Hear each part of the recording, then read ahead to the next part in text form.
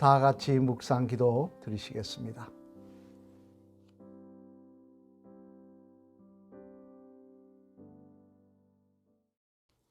찬송 250장입니다. 250장 찬송 함께 부르시겠습니다. 그 주의 십자가 보혈로 제 씻음 받기를 원하네.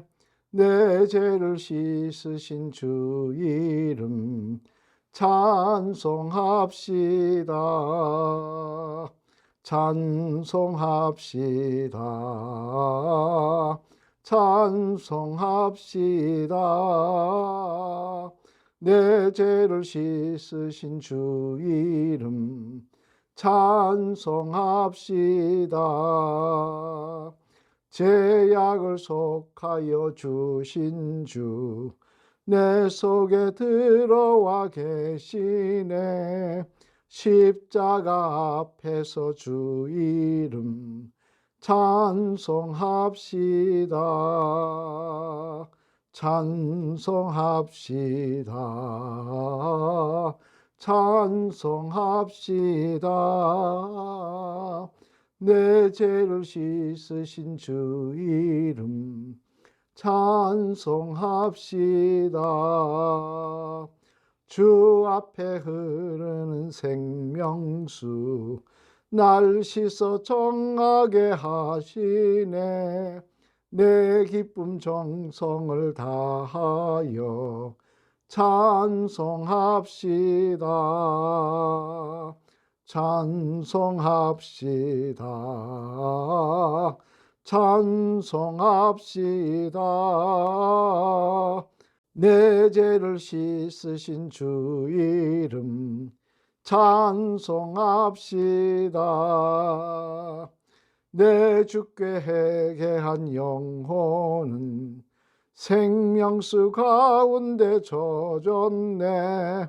흠없고 순전한 주 이름 찬송합시다.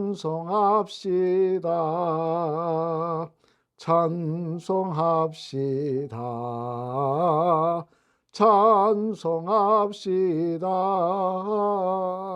내 죄를 씻으신 주 이름 찬송합시다. 아멘.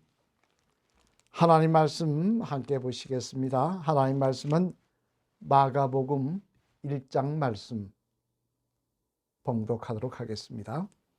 신약성경 53면에서 54면에 있는 말씀입니다. 하나님의 아들 예수 그리스도의 복음의 시작이라.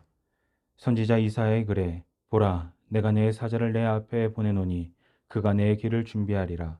광야에 외치는 자의 소리가 있어 이르되 너희는 주의 길을 준비하라.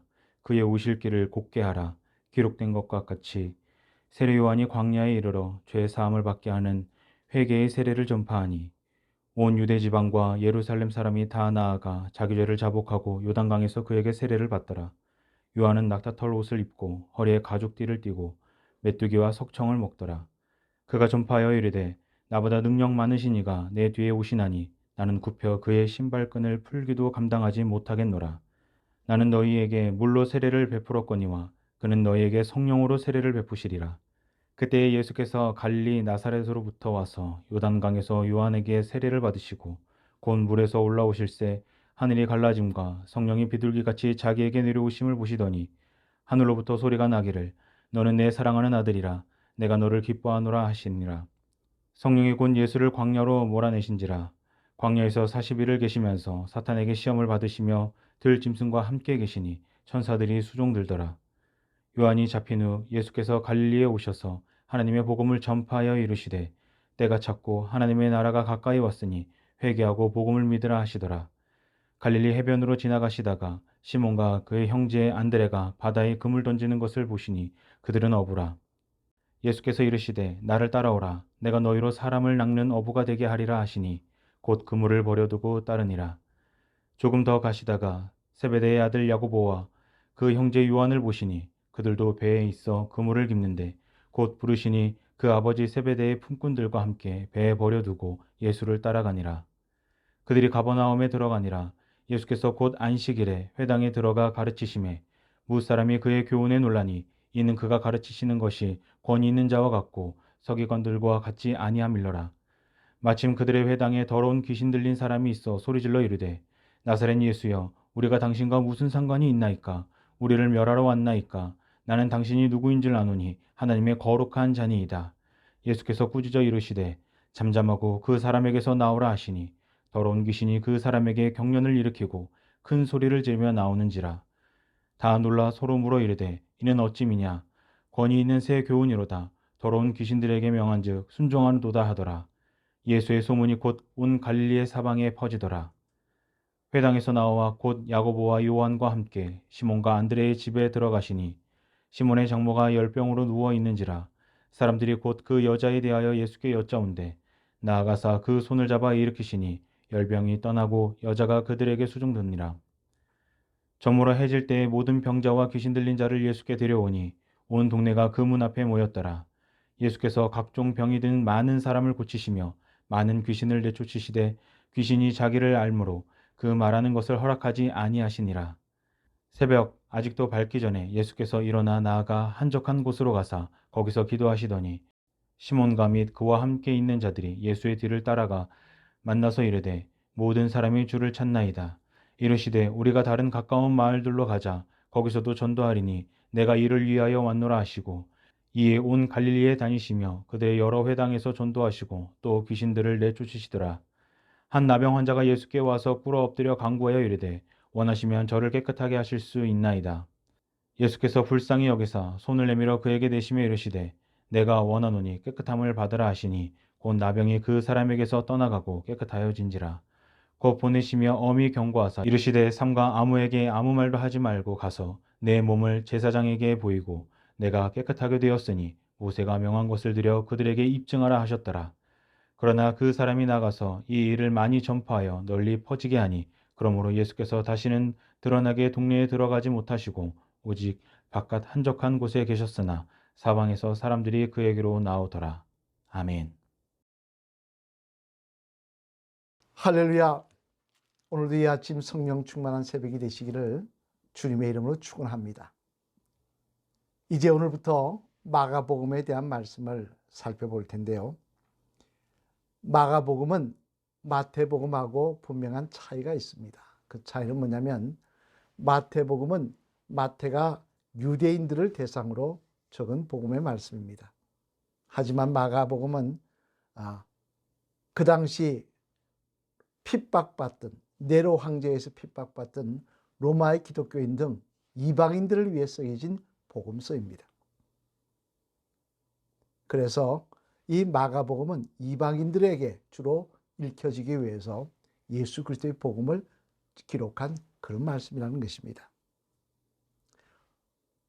그런 전제를 우리가 마음속에 두고요. 오늘 본문 1장 말씀을 살펴보면 마태복음하고 차이가 마태복음은 예수님의 탄생부터 자세히 기록하고 있습니다만 마가복음은 예수님의 탄생 부분이 없습니다.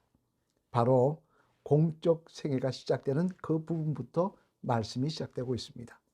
즉 세례 요한에게 세례를 받으시고 이제 본격적으로 공생애를 시작한 그 내용이 기록되어 있는 것입니다. 오늘 이 말씀 가운데 특별히 우리가 그리스도인이 된다는 사실, 하나님의 자녀가 된다는 사실에 대한 그 과정에 대해서 오늘 본문에 보면요, 말씀이 기록되어 있는데 오늘 그 내용을 한번 생각해 보려고 합니다. 그러면 우리가 일반 사람에서 그리스도인이 되기 위해서는 어떤 과정을 겪어야 하느냐? 첫 번째는요, 그리스도인이 되기 위해서는 반드시 회개가 선행되어야 한다는 것입니다. 오늘 본문 4절 말씀 한번 같이 읽겠습니다. 시작. 세례 요한이 광야에 이르러 제사함을 받게 하는 회개의 세례를 전파하니. 아멘. 무슨 말씀입니까? 세례 요한이 광야에서 말씀을 선포하며 어떤 말씀을 선포했느냐? 회개하라는 말씀을 선포했다는 거예요. 그리고 세례를 받으라고 선포했다는 겁니다. 이는 예수님도 마찬가지입니다. 예수님도 공적 생애를 시작하시면서 뭐라고 말씀하셨습니까? 회개하라, 천국이 가까이 왔느니라고 말씀하십니다. 즉 하나님의 자녀가 되는 일에 있어서 그 시작은 다름이 아니라 회개라는 것입니다. 회개가 없이는 하나님의 자녀의 시작이 될 수 없다는 것입니다만, 그러면 왜 회개가 이처럼 가장 먼저 되어야 하는 것일까요? 그것은 우리의 모습 있는 모습으로 그대로 하나님 앞에 나아갈 수가 없기 때문에 그렇습니다. 이는 당장 이사야 선지자가 그렇지 않습니까? 여러분 잘 아시는 대로 이사야 선지자는 다른 사람보다 나름대로 의로운 사람이었습니다. 그는 하나님의 전을 가까이 하는 의로운 사람이었다는 것입니다. 그런데 그런 그가 성전에 가서 하나님의 영광을 직접 보았을 때 그는 뭐라고 고백을 합니까? 내가 드디어 하나님의 영광을 봅니다 라고 고백하고 있지 않습니다. 그는 뭐라고 고백하고 있느냐니요? 화로다. 나는 망하게 되었도다 라고 이야기하고 있습니다. 내 입 때문에, 내 입에서 뱉은 말 때문에 내가 망하게 되었다라고 이야기하고 있습니다. 즉 자신은 평상시 다른 사람보다 의롭다고 생각했는데 그것이 하나님 앞에 갔을 때는 전혀 의미가 없더라는 거예요. 그래서 그가 그런 모습을 회개하고 난다.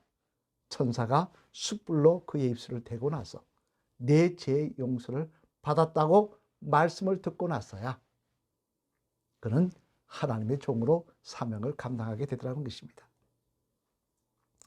이는 우리도 마찬가지입니다.